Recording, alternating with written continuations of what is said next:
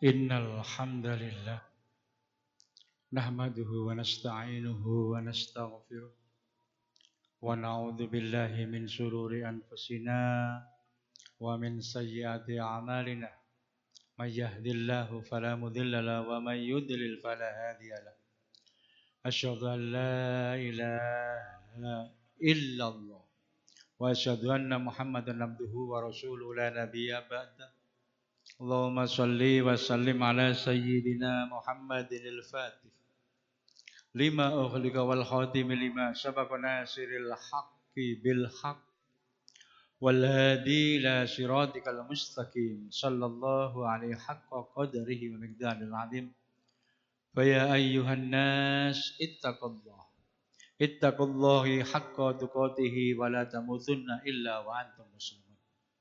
Para jamaah Jumat yang dimuliakan oleh Allah Subhanahu wa taala. Pertama-tama marilah kita panjatkan puji syukur kehadirat Allah Subhanahu wa taala. Karena hingga detik ini kita masih diberikan limpahan rahmat hidayah serta inayahnya sehingga dapat melangkahkan kaki kita untuk menuju masjid yang dimuliakan Allah Subhanahu wa taala. Dan nantinya semoga kita dapat melaksanakan salah satu kewajiban kita yaitu melaksanakan sholat Jumat secara berjamaah.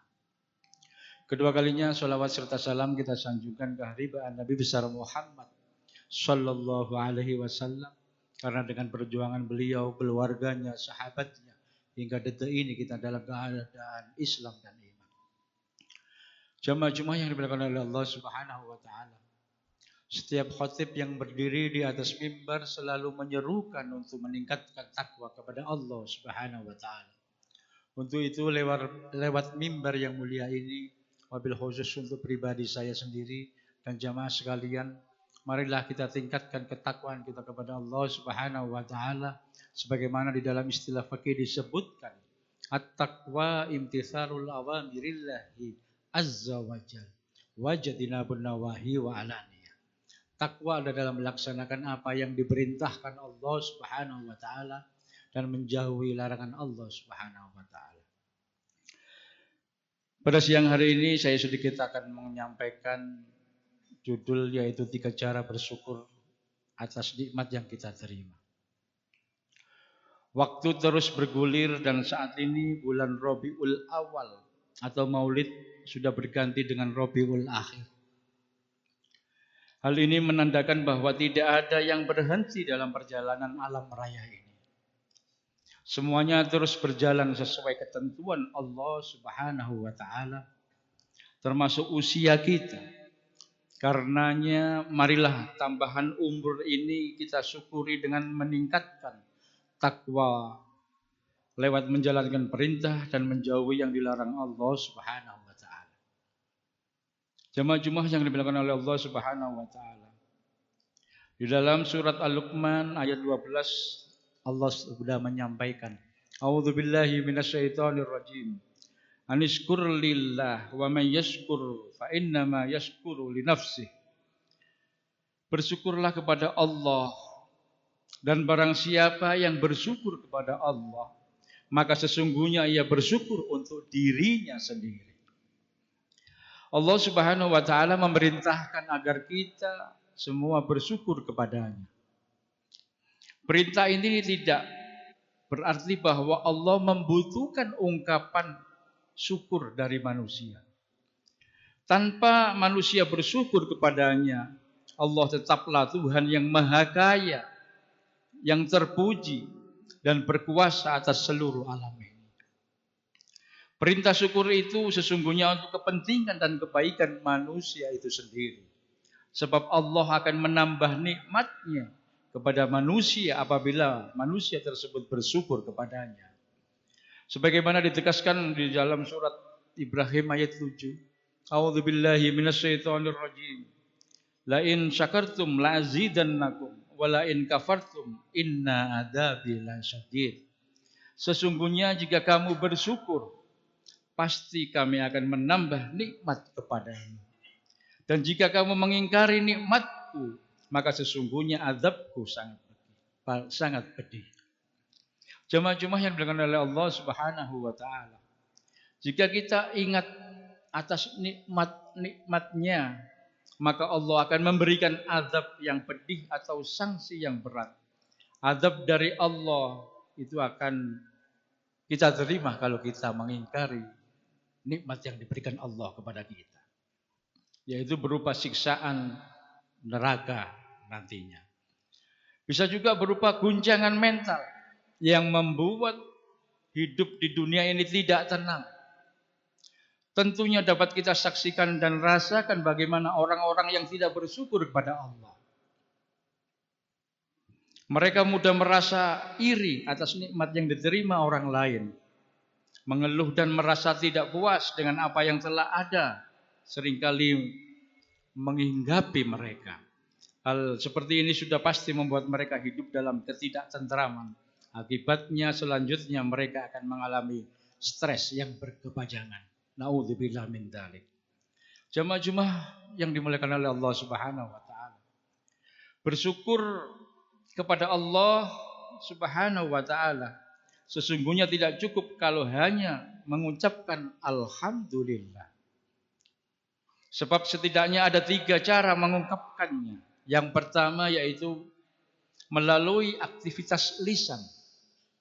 Dalam aktivitas lisan ini ucapan alhamdulillah adalah hal minimal yang harus kita lakukan, yang kita laksanakan, yang kita kerjakan, yang kita ucapkan.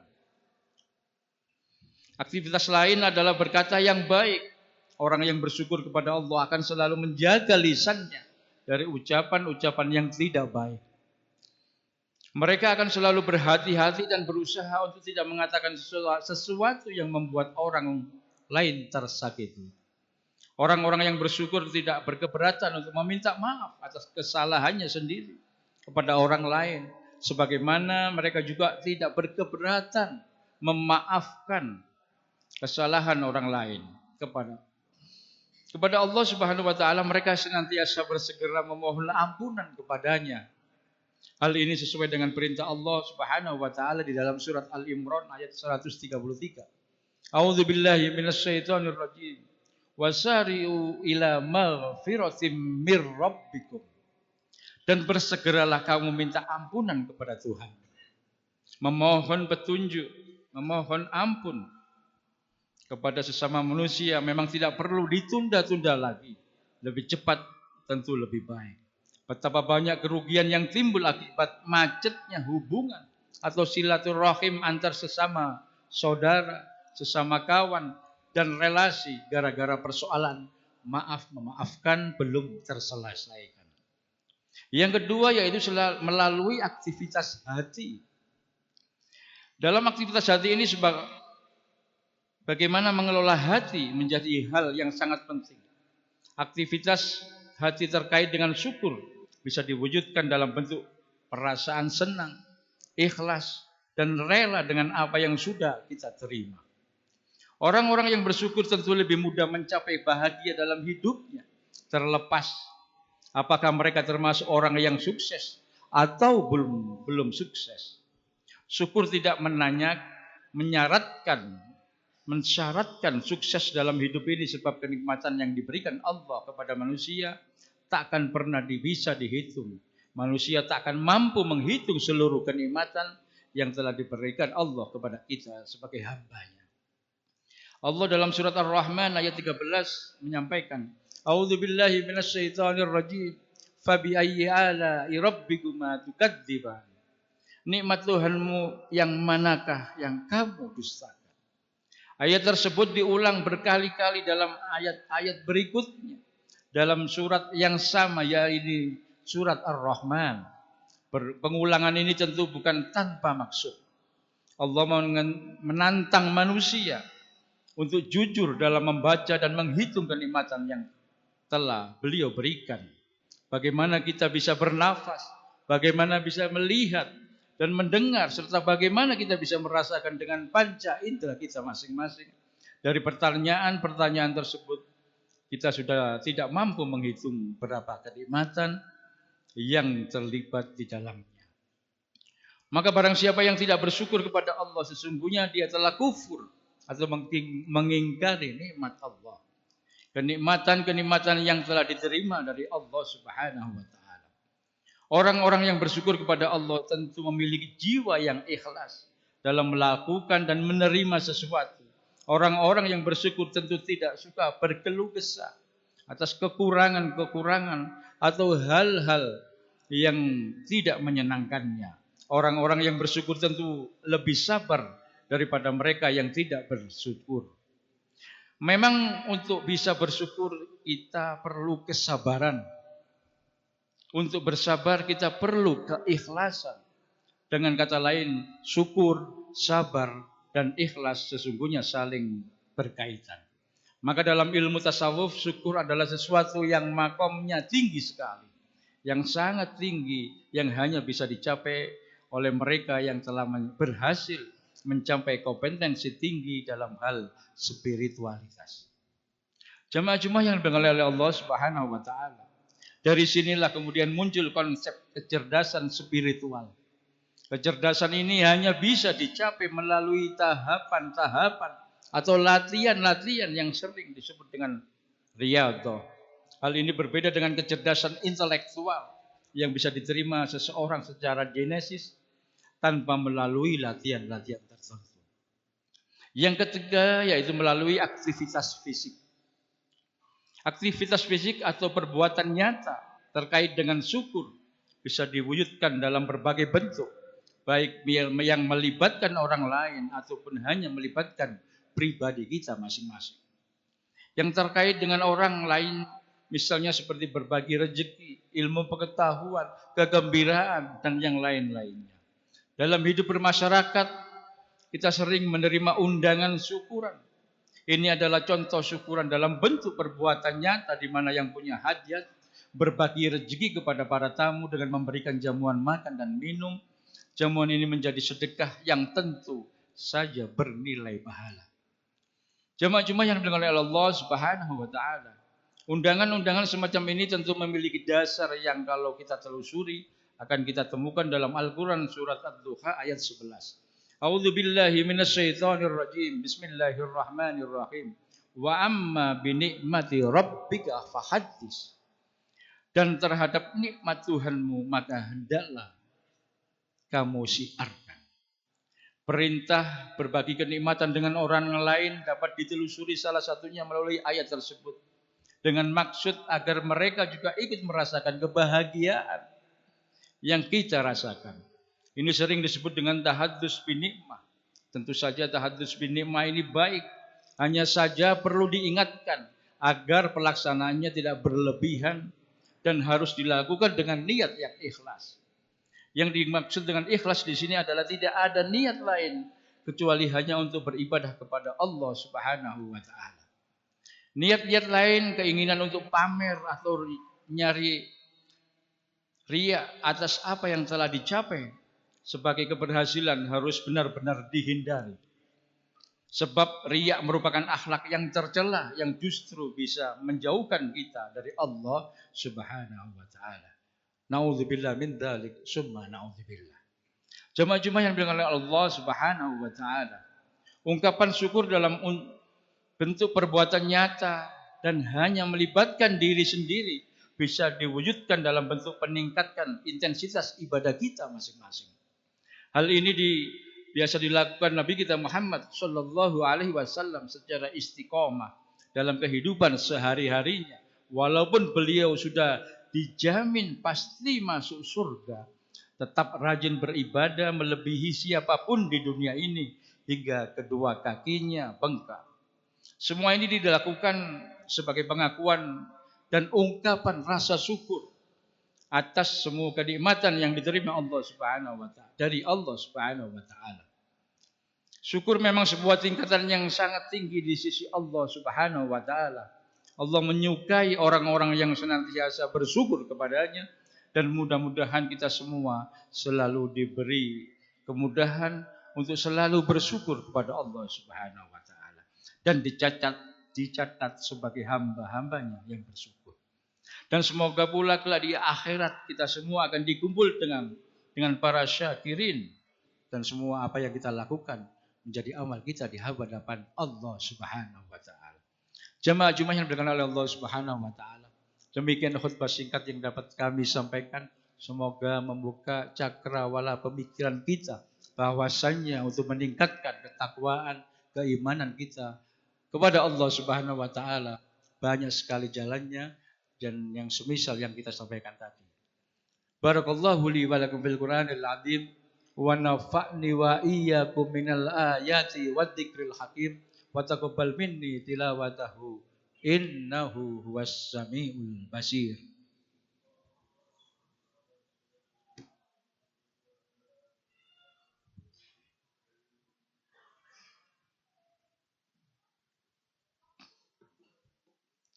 Alhamdulillah. Alhamdulillahilladzi hadana li hadza wa ma kunna linahtadiya laula an hadana Allah. Asyhadu an la ilaha illallah wahdahu la syarikalah wa asyhadu anna Muhammadan abduhu wa rasuluhu la nabiyya ba'da. Wa qala Allah ta'ala fi kitabil karim, a'udzu billahi minasy syaithanir rajim. Innallaha wa malaikatahu yusholluna 'alan nabi. Ya ayyuhalladzina amanu shallu 'alaihi wa sallimu taslima.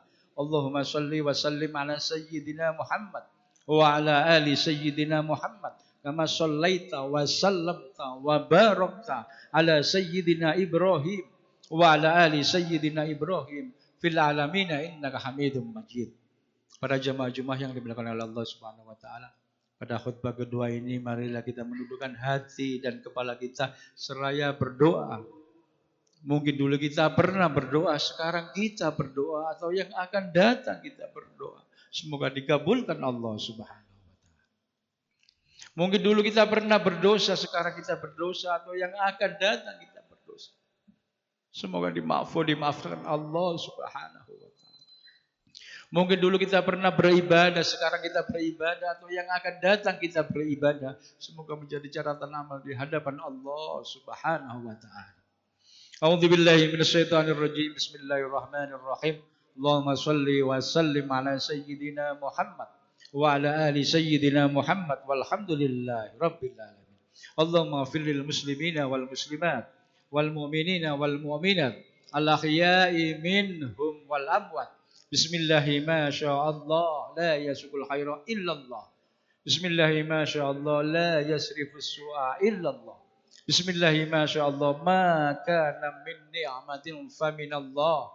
Bismillahi ma sya'allah wa la haula wa la quwwata illa billahil aliyyil azim. Rabbana atina fid dunya hasanah wa fil akhirati hasanah wa qina adzabannar walhamdulillahi rabbil alamin. Ibadallah innallaha ya'murukum bil 'adli wal ihsan wa ita'idil qurba wa yanha 'anil fahsya'i wal munkari wal baghi ya'idukum la'allakum tadhakkarun wa la dzikrullahi akbar wallahu ya'lamu ma tasna'un. Aqimis shalah.